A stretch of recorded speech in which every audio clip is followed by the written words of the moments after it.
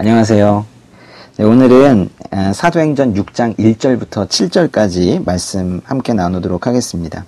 1세기 예루살렘과 그 주변의 팔레스틴 지역에는 저 멀리 다른 지역에서 살다가 한 세대나 또는 두 세대 전에 또는 직전에 그 팔레스틴 지역으로 다시 돌아온 유대인들이 많이 있었습니다.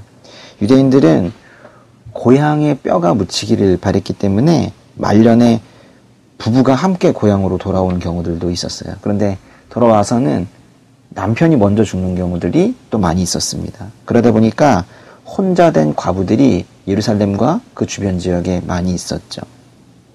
팔레스틴 지역에서 계속 살았던 유대인들은 히브리어나 아람어를 사용을 했고 이들을 그래서 히브리파 유대인이라고 불렀습니다.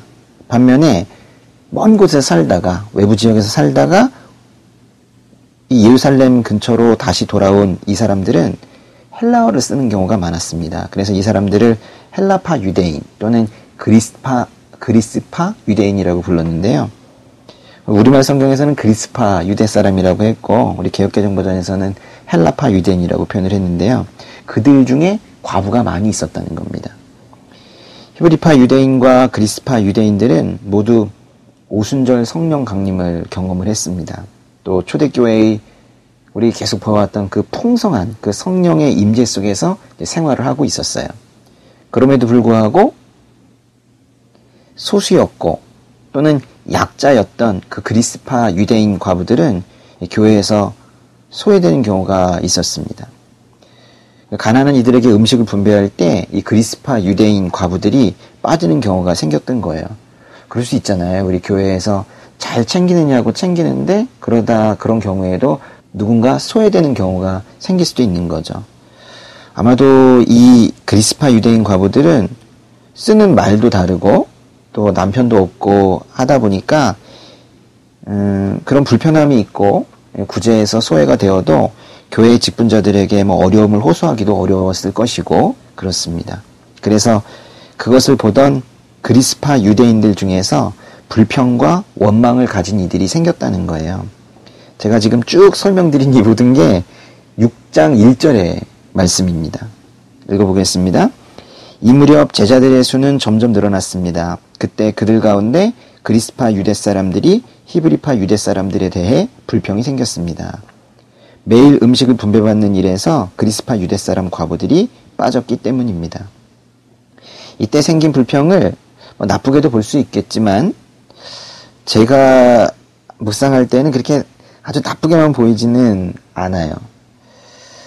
교회 문제는 드러나는 것이 좋습니다. 문제가 있을 때마다 드러내고 그것을 풀어나가는 것이 그게 현명한 겁니다. 우리는 생각해보면 살면서 문제를 너무 많이 숨기죠. 물론 이제 그 문제를 드러내는 방식에 있어서 지혜가 필요한 건 맞습니다.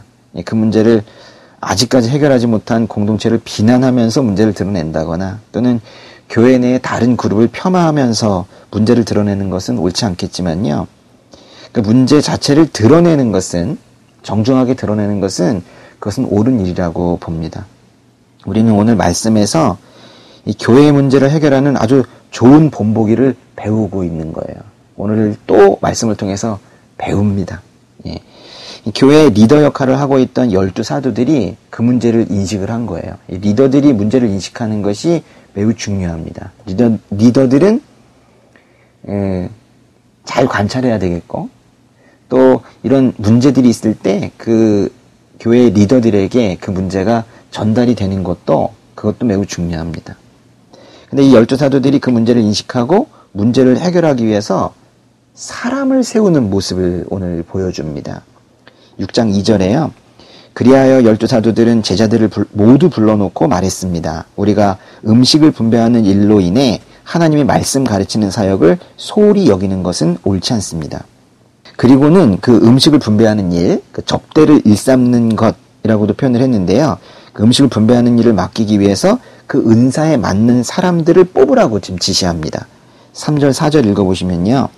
형제들이여 여러분 가운데 성령과 지혜가 충만하다고 알려진 사람 7명을 뽑으십시오. 그러면 이 임무는 그들에게 맡기고 우리는 기도하고 말씀을 가르치는 일에 온 힘을 기울이겠습니다. 근데 이걸 잘못 이해하면 말씀을 전하는 일이 더 귀한 일이고 사람들을 먹이고 접대하고 구제하는 일은 그보다 못한 일로 생각할 수가 있는데요. 성령과 지혜가 충만한 사람이 이 접대한 일을 맡아야 한다는 말씀을 보면 이 섬김의 일, 이 음식을 만들고 사람들에게 필요한 것을 공급하는 일, 이것 또한 성령의 사역이며 또 이 또한 하나님의 지혜가 필요한 일이라는 걸 우리가 볼 수 있는 거예요. 그러니까 영혼과 육신을 모두 가진 우리가, 영혼과 육신을 모두 가진 우리가 모인 곳이 교회이기 때문에 교회에서는 말씀으로 영을 살찌우는 것뿐만이 아니라 먹을 것과 각종 쓸 것으로 육신의 필요를 채우는 것도 동일하게 중요한 사역인 거죠. 지금 현재 교회에서 그렇게 먹을 것을 또 쓸 것을 섬기는 그런 섬김을 하고 계시다면 더 기도하시고 성령 충만함으로 그 사역에 임하실 수 있도록 그렇게 하셨으면 좋겠습니다. 5절에 그 7 섬김이들의 이름이 나오는데요. 스데반, 빌립, 브로고로, 니가노르, 디몬, 바메나, 니골라. 이 중에서 스데반과 빌립은 사도행전 뒷부분에서 큰 활약들을 하죠.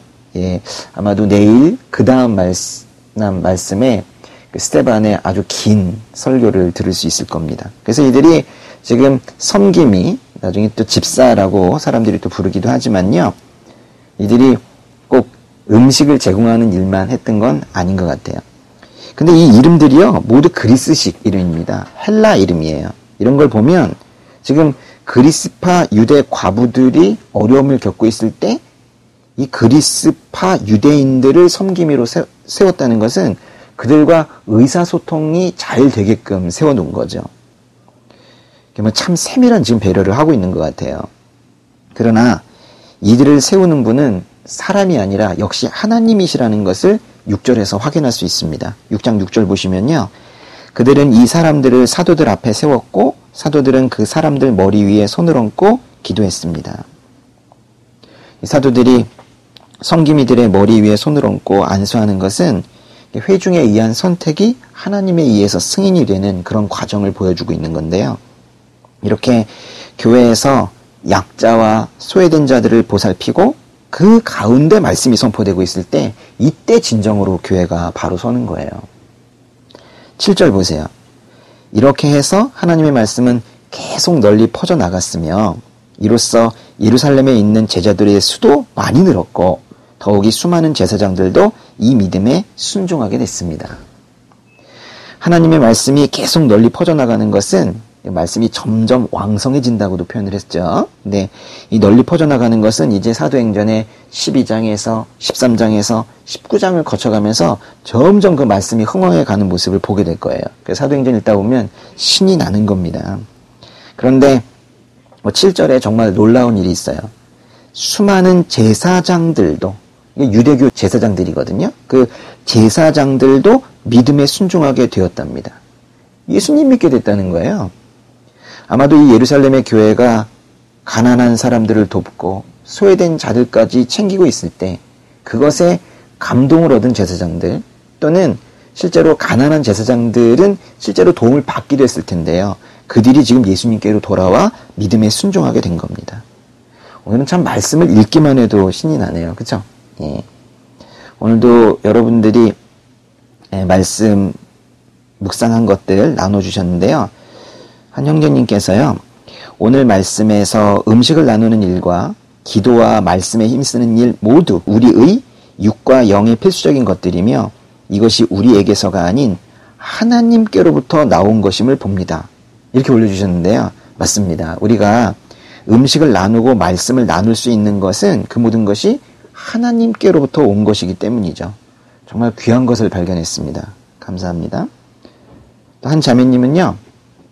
매일 음식을 분배받는 일에 불평이 생겼다는 말씀을 보며 영의 갈증보다 육의 배고픔을 주님보다 나를 더 중요시 여기지 않았는지 돌아보게 됩니다. 라고 고백하셨는데요. 그리스파 유대 사람들의 불평을 보면서 이렇게 자신을 돌아보는 그런 모습도 참 예쁩니다. 감사하고요. 또 한 자매님이 올려주셨는데요. 제 자신이 교회에서 드러나길 원하고 제 자신이 사람들에게 칭찬받기를 원하는 모습이 아니라 그 어떤 일이라도 음식을 준비하는 일이든 떨어진 쓰레기를 줍는 일이든 짐을 옮기는 일이든 사진을 찍는 일이든 무엇이든 우리가 성령 충만함으로 나누어 섬겨 모든 섬김들이 주님의 복음을 위한 일이 되기를 원합니다. 라고 올려주셨는데요. 성령과 지혜가 충만한 섬김이를 뽑았다는 말씀을 보면서 교회의 모든 일을 성령 충만함으로 섬기고 싶고 그 섬김이 주님 나라 확장하는 데 사용되길 바라는 마음을 나눠 주신 거예요. 감사하고요. 또 한 자매님께서는 우리 모두는 주님 앞에 직분자일 텐데요. 믿음과 성령과 지혜가 충만하여 구제와 섬김 전도에 힘쓰며 목사님과 전도사님께서 능력의 말씀을 지속적으로 전하실 수 있게 돕는 자가 되어야겠다는 생각을 합니다. 라고 올려주셨습니다. 말씀 사역자들을 돕겠다는 말씀과 함께 그 온리즈 교회에서 말씀 듣는 것이 은혜가 되신다는 감사한 말씀도 올려주셨습니다. 오늘 두 분이 더 나눔 방에 합류하셨는데요. 감사드리고요. 많은 분들이 주님께서 주신 감동 나누면서 주님 안에서 복음의 지지 세력으로 성장해 가셨으면 좋겠습니다.